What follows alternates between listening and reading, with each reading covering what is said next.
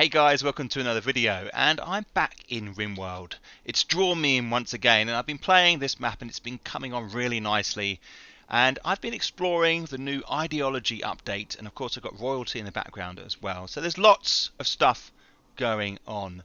So what I thought I'd do, because I've learned a few lessons with this recent playthrough, I would do 10 more tips for Rimworld. Let's get started. Tip 1. As you move further into the game, you're going to want to be able to make the more advanced components. So you've got the fabrication bench here, and I'm making components, which is fine, and bionic legs and spines and such like that. But you need a little person with a craft of 8 or higher. Now, that isn't easy to come by, it would turn out. And just recently I'm finding as more and more people join, their craft is quite low. So what I recommend is setting someone at crafting early on, so that by the time you get to sort of mid-game stages or later game stages, you can craft the things that you really need, the advanced components. And it does take a while to build up the craft skills, so get them crafting, and then you'll have your crafter when you need him. Tip 2. Now, as part of the ideology update, you can have clans or religions, if you like, in-game beliefs, and you will have an initial group, and people will join you. They'll have lots of beliefs, and it throws up opportunities to throw parties and conversion rituals and festivals and celebrations, all these types of things. And you do them from these ritual spots or from altars, and depending on what you've got in the room, depends on how well that event goes. But to get new people into your settlement, make sure you have good festivals, because what that does is it draws people to your settlement, and very quickly you can gain population in this way. So I am readying beds over here. People are coming in after the festivals, they join, it takes 24 hours, you can accept them in, you don't have to accept them in as well, which is quite handy, and then they will go in and become part of your colony. It's a really good way of getting new people in. Tip 3. So with all these people milling around in my colony here, the last thing I want to see is a tattered apparel alert on my right hand side here in this bar.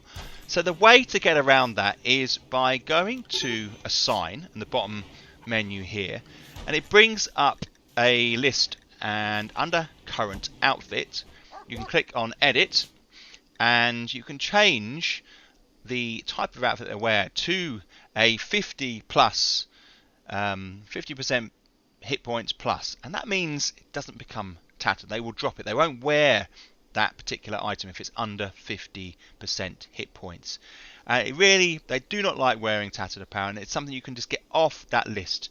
So once you've edited the first one, once you start getting more people arrive, it automatically takes on that setting, and then from then on people will not be wearing tattered apparel, which can cause some real stress for them. Tip 4. Now, something that I've been learning about the new ideology is that you will find it very difficult to convert people within your colony. Every so often you can do a conversion ritual and at an altar and you get another man, but you tend to find that most people that join often are from a different belief. Okay, reformed ideology, woman Indriism, machine university, which is my original one. You can see I've only got 3 of those now, 4 of those.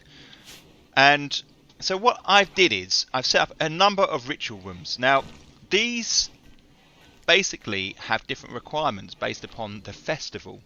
So what I've tried to do is create different areas for different rituals. Some require drums, some require these kneel sheets, and if you were to have them all in one space, which you can do, it does become rather cluttered. What I've been able to do is focus them down to specific areas and their specific religious faiths, and they've each got their own little space. I find that works very effectively. Tip 5. Now you can see I've got a fairly large pen here for my animals. And the one that I found really useful, and it surprised me, and maybe I've just missed it before, but it's worth pointing out. Having a Boomlope is really, really handy. If I go to, I've clicked on these, he's sleeping in his little room here. If I click on it here, the thing that's really impressive is that when you milk them, you get chem fuel. Now, this is really handy for making things like high explosive shells, projectiles, things like that. Really useful.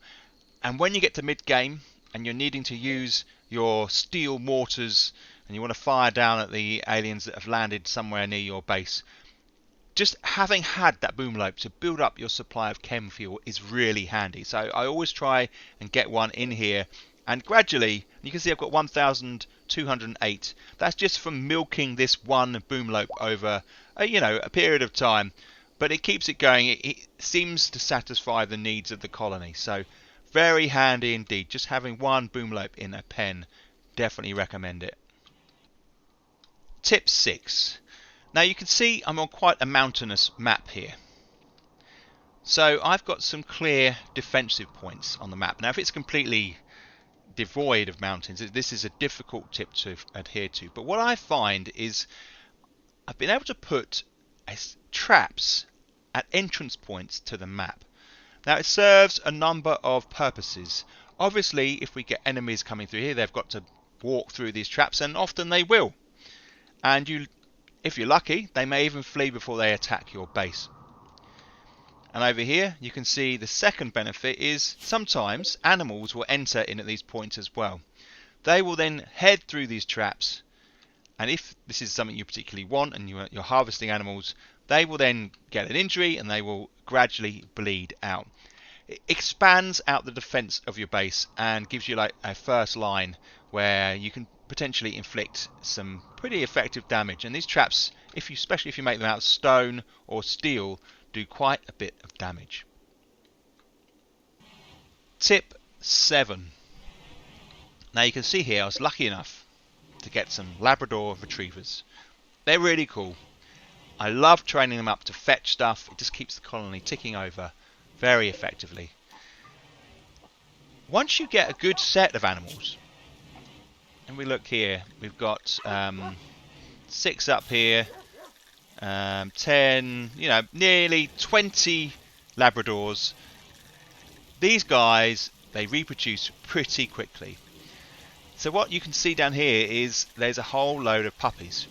So what I do with these is either I sell them off or I will slaughter the puppies for meat, but also for leather.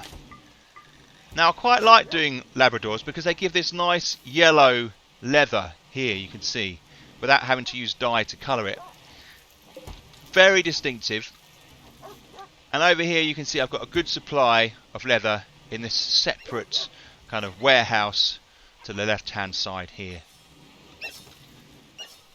Tip 8. Keeping animals in pens isn't as straightforward as it seems. They pretty quickly eat all the grass in the pen area. I've had to expand it out quite a bit here. So what I do is I put in a growing zone and just make it hay. And then I have a little kind of like shed type area here where the animals can roam into and they will eat the hay. The hay takes 60 days to spoil, so I rarely have any problems with it going off. And they also can eat the hay while it's growing. Now, because it's a good environment for them, they do reproduce pretty quickly. So what I end up doing, and I've made quite a lot of money out of doing this, quite a lot of silver, is I sell the baby hens, the chicks and all that pretty quickly. So we've got a nice good industry, and if I feel like it's getting too big, I'll expand the pen, I'll then expand the hay area, and it's worked pretty effectively so far. Tip 9. If anybody is ever selling reinforced barrels, grab them if you can. They're expensive, but it's definitely worth it because your steel mortars will need reinforced barrels.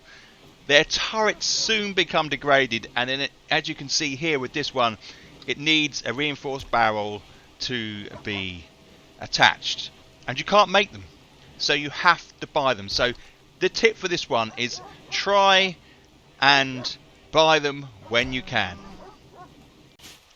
Tip 10. Now, if I was to say there was one thing that I'd recommend someone to do in this game, it would be something completely unexpected, and that is setting one of your little men to cleaning duties.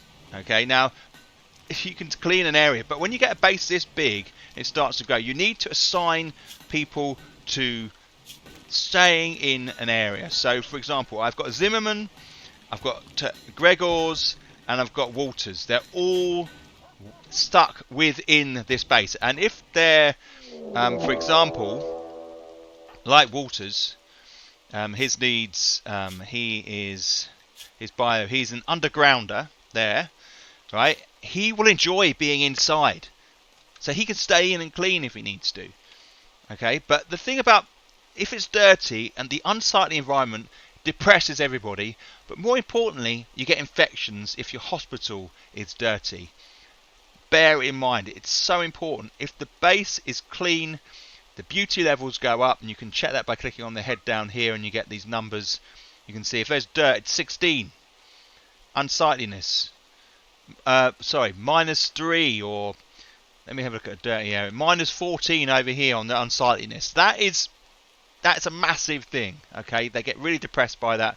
So I would assign cleaners as soon as you can. Of course, early on you've got so many other important things to do. Once your base gets big, get the cleaners in there, and you'll be laughing. Okay, guys, that's my 10 tips. I hope you enjoyed them. They're from my own experiences. I'm not an expert, but I do think that these will help you in your Rimworld adventures. Guys, if you did find this helpful, click the thumbs up. If you're not subbed already, it'd be awesome if you could, and I will see you once again in a video very soon.